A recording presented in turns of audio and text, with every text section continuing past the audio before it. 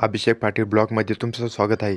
मग काय झाडू फ्रेश म्हणलं जाऊ म्हणलं आता कॉलेजला. मग काय निघालो कॉलेजला. मग काय निघाल्यानंतर लगेच आलो साय हॉटेलवर. साय हॉटेलवर आलो, गरम गरम चहा घेतली एकदा. मला कडक एकदम कडक क्वालिटी क्वांटिटी एक नंबर आहे. म्हणलं आता निघालो कॉलेजला, नाही म्हणलं पै काय निघालो पै कॉलेजला. म्हणलं कोणी येतं की नाही, मग कोणी काही आलं नाही. लगेच तुमचा भाऊ आला लगेच कॉलेजमध्ये. म्हणलं कॉलेजमध्ये आलो, आता जाऊ म्हणलं वर, पेपर आहे म्हणलं आपला. पण इथं आलं कसं प्रोग्राम चालू होता काहीतरी. म्हणलं जाऊ दे म्हणलं, आपलं काय की नाही, आपलं पेपर आहे म्हणलं आज.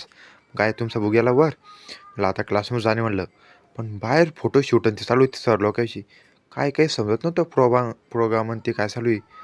बघितलं त्याचे फोटोशूट. मी म्हणलं मी येऊ का, सर म्हणते नको. म्हणलं चालन.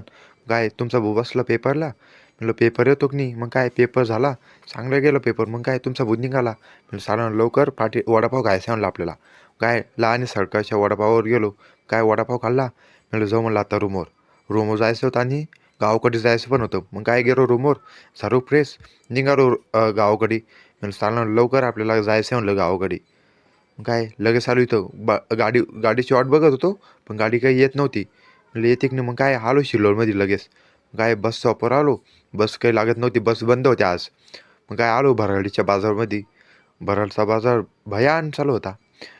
मम्मीला फोन केला. मम्मीला म्हणलं काय आणस. मम्मी म्हणते नाही नाही घरी ये म्हणतो आधी.